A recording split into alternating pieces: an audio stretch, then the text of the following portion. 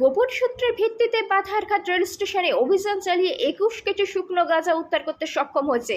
সাথে এক যুবককে আটক করা হয়েছে বলে জানিয়েছে জিআরপি থানার ওসি তাপস দাস।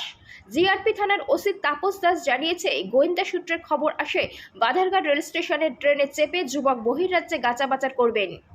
এই খবরের ভিত্তিতে বাধারঘাট রেল স্টেশনে অভিযান চালিয়ে জিআরপি 21 কেজি শুকনো গাঁজা বাজেয়াপ্ত করতে সক্ষম হয়েছে বলে জানিয়েছেন তিনি। সাথে এক যুবককে গ্রেপ্তার করা হয়েছে। তিনি বলেন, প্রাথমিক জিজ্ঞাসাবাদে তার থেকে জানা গেছে ওই গাঁজা পাটনা এবং দিল্লি বিক্রি করার উদ্দেশ্যে নিয়ে যাচ্ছিল।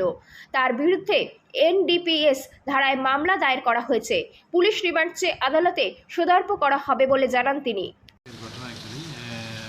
বিকালবেলা 2:30টার দিকে আমাদের অ্যাকচুয়ালি এই খবরটা আরপিএফের কাছে আছে যে একজন লোক সে ওই আমাদের যে আগরতলা রেল স্টেশনের যে মেইন গেট আছে, মেইন গেট দিয়ে একটা ট্রলি আর একটা ছোট ব্যাগ নিয়ে আসছে আর কি। তো এটাতে সন্দেহজনক যে এটাতে নিশ্চয়ই কোনো নার্কোটিক্স ড্রাগস থাকতে পারে, বিশেষ করে গাঁজা।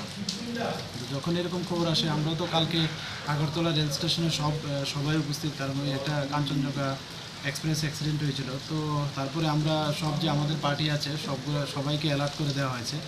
তো তখন প্রায় 3টা বাজে, তখন ওই লোকটা তার ট্রলি এবং একটা ব্যাগ নিয়ে পার্সেল অফিসের দিকে আসছিল।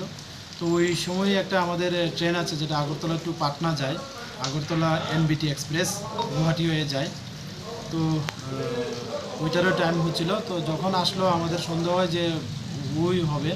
তারপর আমরা প্রিলিমিনারি চেক করে বা তার সঙ্গে কথা বলে জানতে পারলাম যে ওইটার মধ্যে গাঁজা আছে। তো তারপর আমরা আমাদের যে সিনিয়র অথরিটি আছে ওনাদেরকে জানাই, ওনারাও আসেন। তো এসে আমরা পার্সেল অফিসে এটা মাপযোগ করি এবং দেখা গেল যে এখানে 18টি প্যাকেট আছে। এর ওজন করলে দেখা গেল এখানে 21 কেজির মতো। তারপর আমাদের জিআরপি থানাতে একটা কেস হয় এনডিপিএস মামলায়।